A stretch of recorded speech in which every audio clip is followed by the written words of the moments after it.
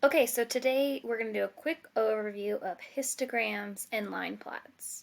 So a really quick review. Sometimes you'll see it as a dot plot, sometimes you'll see it as a line plot. So the dot plot is on the left about test scores.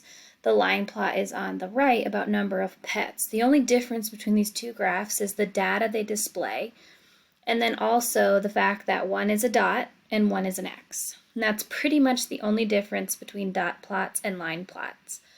You can see that for each of these there is the number line at the bottom, and then the number of X's or the number of dots above is how many items relate to that specific score. For the test scores, I can see that 2 people scored an 84. Now I'm assuming it's people. There isn't a key on this graph, but we can just make our best assumption.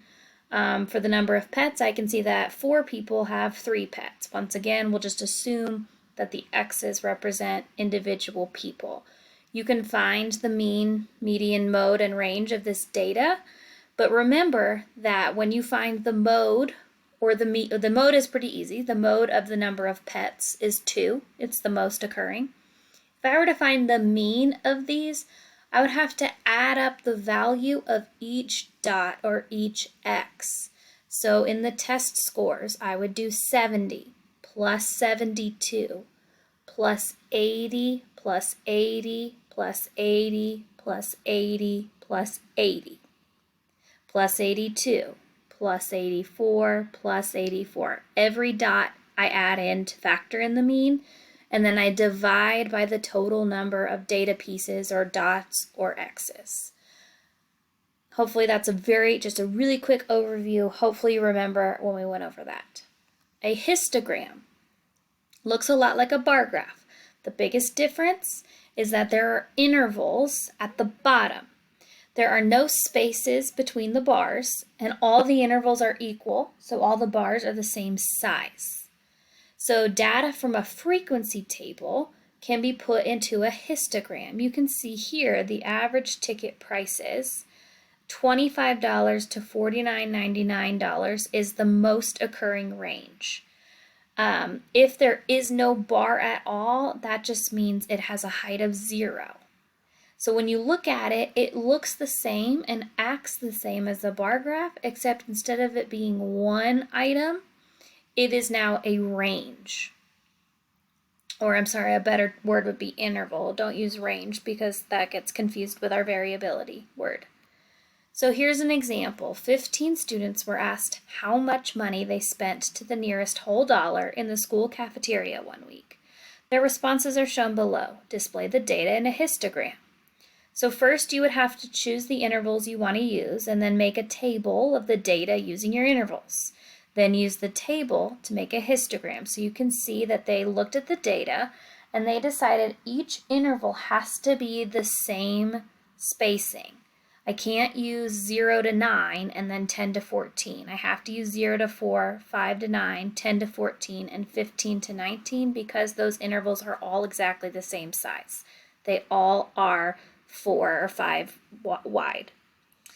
Then you can see they just plugged in the number of students in the histogram. So let's look at practicing reading this graph.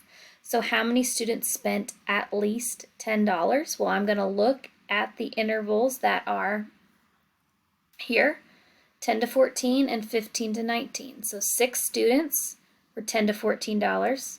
4 students were $15 to $19. So that's a total of 10 students. How many students spent less than $5? I'm going to look at this interval here. They're going to spend not $5 to $9, just 0 to $4. So that would be 2 students. So here's the same graph up here, same chart, but look down here, they've remade the intervals. They've made the intervals larger. So what might be an advantage to using smaller intervals rather than larger intervals? Well, this interval gives me a much clearer picture of the amount of money students spent.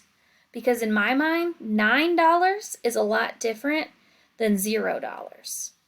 So if you were $0 to $9, that's a lot of money in there. Spreading it out allows me to see the more individual data points.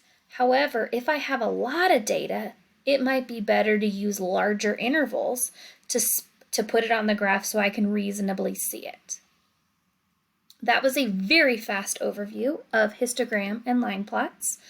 Rewatch the video if you're confused. Ask me questions on Teams if you're confused. And if you still need help after that, just attempt your line dot plot histogram checkpoint, and we'll see how you do from there.